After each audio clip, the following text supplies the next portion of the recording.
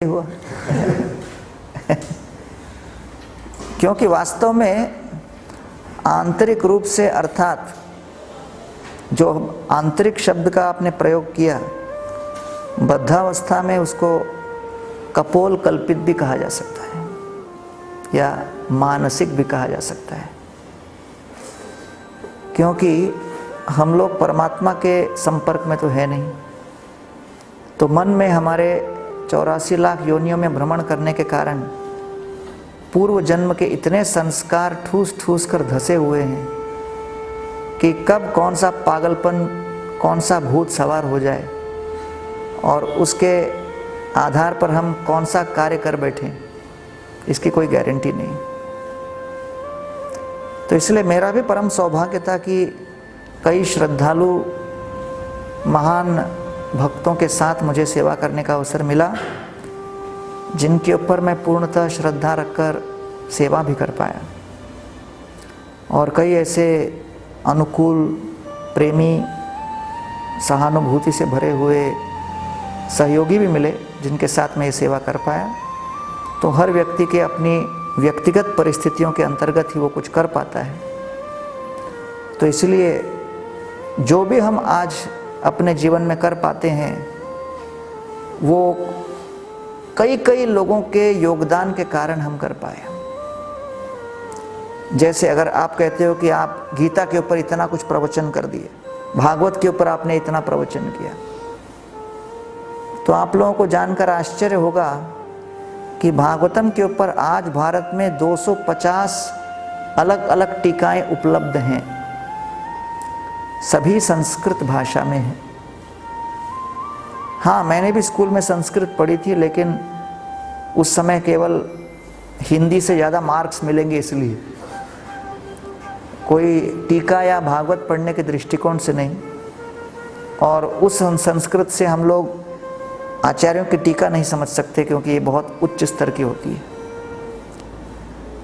लेकिन कृष्ण कृपा मूर्ति अभय चरणारविंद भक्तिवेदांत स्वामी श्रील प्रभुपाद अपने गुरु महाराज के इच्छाओं को पूर्ण करने के लिए पाश्चात्य देश में गए।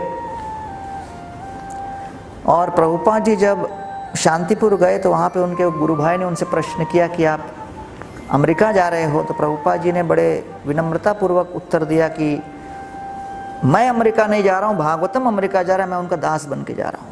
तो भागवत की सेवा में प्रभुपाद जी ने सारे अलग अलग आचार्यों के संस्कृत की टीकाओं को एक भक्ति वेदांता परपोर्ट के अंतर्गत अंग्रेजी भाषा में भागवत की टीकाओं को सीमाबद्ध किया।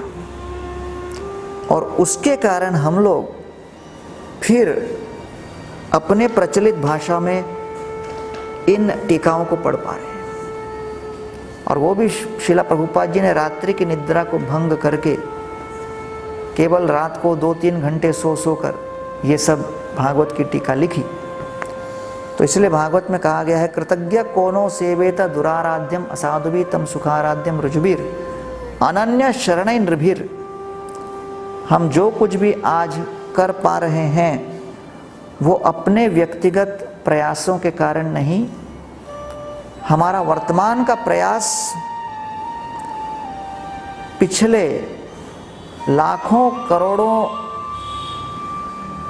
भक्तों और दूसरे सभी लोगों के समवेत प्रयासों के आधारशिला के ऊपर ही हम कर पाए, अन्यथा हम लोग से ये संभव नहीं हो पाता। तो इसलिए आपने जो कुछ भी कहा कि हाँ, आंतरिक रूप से भले कुछ विचार आए कि हम ये करें या वो करें, लेकिन हर व्यक्ति को विचार करना है कि वो किस क्षेत्र में प्रवेश किए। तो अगर कोई इंजीनियरिंग कॉलेज में प्रवेश किया है और इंजीनियरिंग कॉलेज में प्रवेश करके अगर बोले मुझे मुर्दे के ऊपर सर्जरी करना है, तो कहा जाएगा कि भाई तू गलत जगह आ गया। मेडिकल कॉलेज में प्रवेश करके कोई बोले कि मेरे को खून को देखने से चक्कर आता है और मैं किसी मृत शव को छू नहीं सकता, तो अगर कहेंगे कि भाई तू गलत जगह आ गया। कोई अकाउंटेंसी करने के लिए गया और वो बोला कि मेरे को 0 नंबर देख के चक्कर आता है, तो फिर वो अकाउंटेंट बनने के योग्य नहीं। उसी प्रकार योग की कई पद्धतियां हैं। अगर किसी को अपनी अभिलाषा व्यक्त करके अपनी महत्वाकांक्षा पूर्ण करनी है तो स्वयं की महत्वाकांक्षा पूर्ण कर सकता है कर्म योग के अंतर्गत। किसी को अपनी कुशाग्र बुद्धि का प्रयोग करके अपने जीवन में कुछ उपलब्धि प्राप्त करनी हो तो फिर वो ज्ञान योग का अवलंबन कर सकता है। कई लोग सिद्धि प्राप्त करने के पीछे पागल हैं, परफेक्शन विचार कर करके वो पागल होते हैं। अगर किसी को आपको किसी क्षेत्र में परफेक्ट होना है, सिद्धि प्राप्त करनी है, तो योग पद्धति फॉलो कीजिए, अष्टांग योग। लेकिन जो भक्ति के कार्य क्षेत्र में आया है वो ये संकल्प करके आया है कि मैं दास बनूंगा। तो जिस प्रकार के कॉलेज की डिग्री प्राप्त करने के लिए आप प्रवेश किए हो उसके अनुसार जो सिलेबस है उसमें चलना है। तो इसलिए जो दास शब्द है ये कोई औपचारिकता मात्र के लिए उपाधि नहीं जिससे कि सामाजिक रूप से कुछ सुनने में अच्छा लगे। तो ये दास की उपाधि को अगर हमें अपने जीवन में उतारना हो, अपने चरित्र में आंतरीकरण करना हो, तो फिर ज्ञानावलंबका केचित केचित कर्मावलंबका वयम तु हरिदासानाम पाद त्राण अवलंबका। कई लोग अपने जीवन में ज्ञान का अवलंबन करते हैं, कई लोग कर्म का अवलंबन करते हैं, लेकिन हम तो हरि के दासों के चरण पादुका के रज को अपने मस्तक पर धारण कर उसको ही अपने जीवन का अभिलाषा बनाकर चल रहे हैं। तो इसलिए जब तक हम नियमित रूप से अपने कपोल कल्पित विचारों को, अभिलाषाओं को, योजनाओं को अगर भगवान और भगवान के भक्तों की इच्छा के अधीन करना नहीं सीखेंगे या प्रयास नहीं करेंगे तो फिर ये ऐसा होगा कि हम लोग कोई इंजीनियरिंग कॉलेज में आए, एडमिशन लिया, लेकिन पूरे टाइम केवल क्रिकेट के मैदान में खेलते रह गए। 4 साल बीत जाएंगे, समय तो निकल जाएगा, इंजीनियरिंग की डिग्री नहीं मिलेगी और मालूम पड़ा क्रिकेट टीम में भी हासिल ही नहीं मिली। तो इसलिए जिस कार्य के लिए हम लोग उतरते हैं उसको सिद्ध करने का प्रयास करना है।